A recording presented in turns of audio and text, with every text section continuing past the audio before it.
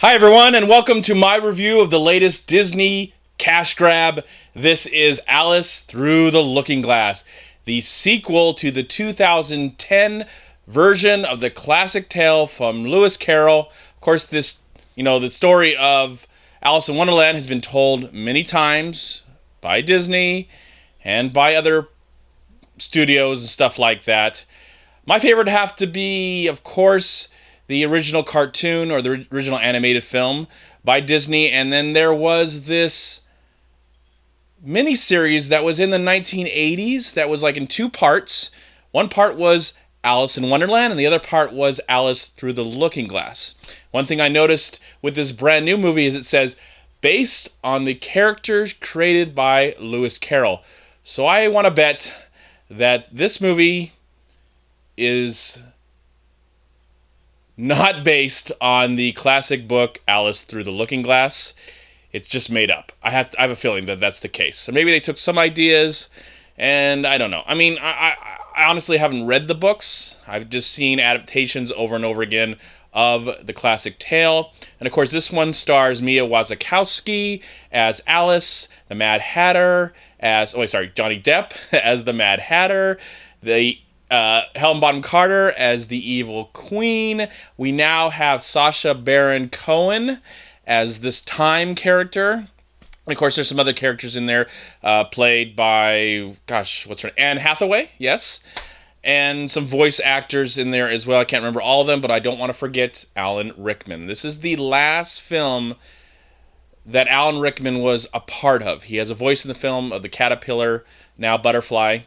So I was just hoping at the end of the credits, this movie, all I really cared about, because I had no real excitement for this movie, no anticipation whatsoever. I was just hoping at the end of the credits, or during the credits, the movie was dedicated to his memory. Whether the movie sucked or not, I don't care. At least dedicate this movie. It's his last film, and he was one of the greatest actors ever. And I miss him, and, sorry. A little emotional here, sorry. He was a great actor, and he meant a lot to me.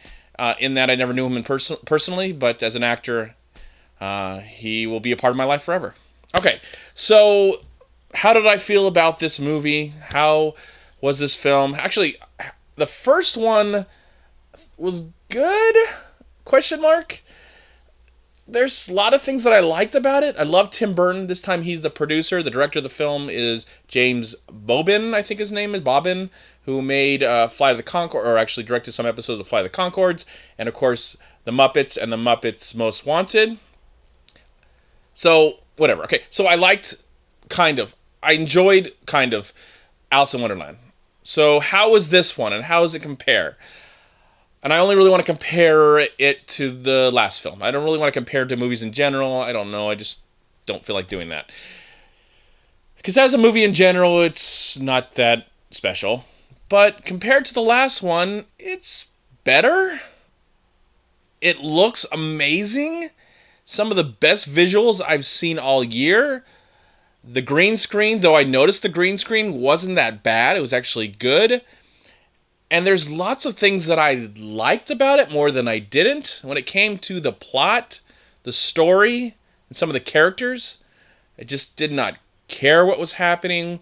Now we're meeting Alice. She is taken over her dad's ship. She's a captain. She's trying to save her home. And at the same time, she somehow gets whisked away for the convenience of the plot, I'm guessing, to go through this mirror and then save the Mad Hatter, because the Mad Hatter's going through some crap. Sacha Baron Cohen's really likable in this movie. He was my favorite character, because I felt like he was having a lot of fun. I mean, everybody else looks like they're having a good time. They're dressed up in costume. But for me, Sacha Baron Cohen really felt like he was excited to be in this movie and ready to do it. And he looks great in the costume. The costumes look great. Of course, it's done by Colleen Atwood, who's worked, I believe, with Tim Burton in the past, and she's won Oscars. She's one of the best costume designers in the world and in the movie business today. So the costumes look great. So for the most part, the special effects look incredible. I think a lot better than the last one, though it does feel like there's just too much of it. Of course, I guess there has to be. I wish there was more practical. There might be, but I don't know. It's really hard to tell. More practical effects than the last one, but I doubt that.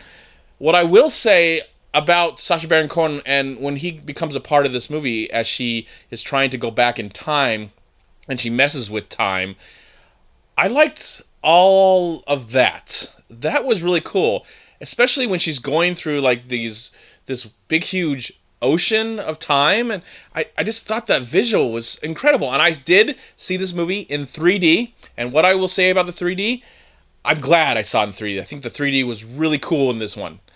It might be the only reason I'm really highly going to recommend that you see the film is through 3D, because there were some really great 3D effects. So the 3D was pretty cool. I thought the 3D was good, and I'm glad I saw it that way. Didn't really want to, but that's the way the times worked. So I'm glad I saw it that way. But all the stuff that was going on in this world of time with these little characters, little robots and stuff like that, or whatever they were, that was really cool. That was pretty damn awesome. I really enjoyed all of that. Really good music by Danny Elfman, though I think he's pretty much, he's sleeping at the wheel on this one, and he's doing it in his sleep, because I think he just says, use the last score that I used probably in Alice in Wonderland, just use it again. That's what I feel like. But, I love Danny Elfman, I love his music, and it's good here. I don't know what else I can say. Johnny Depp, he's fine. Mia Wasikowska, she's fine. Helen Bonham Carter is over the top, as you expect. You want that. That's what you want. It's probably what you paid to see. And I don't know what else I can say about the film. I'll never see it again. At least I don't plan on ever seeing it again. It's perfectly fine for the whole family. I didn't see anything too offensive. It's enjoyable. What else? I don't know. I think that's about it. I just don't think I'm ever going to really want to see it again. I think that's it. I think I've seen it once. And since I'm going to guess that this is the story, this adaptation is pretty much made up and not really based on what's happened, that if this movie makes lots of money, which I bet it will, they're going to make a third one. And I'll see that one, of course, too. So there you go. It is definitely a movie that is really a cash grab, no more, no less. And I felt like money well spent when it came to the making of this movie. I just wish they would have come up with a more compelling plot.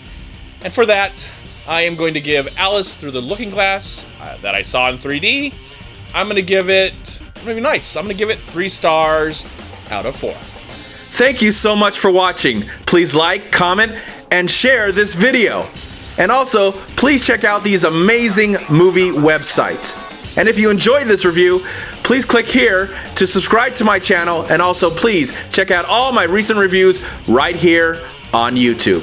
Have a great day, live film, find peace, happiness, and harmony in anything and everything you do, and I'll talk to you at my next movie review.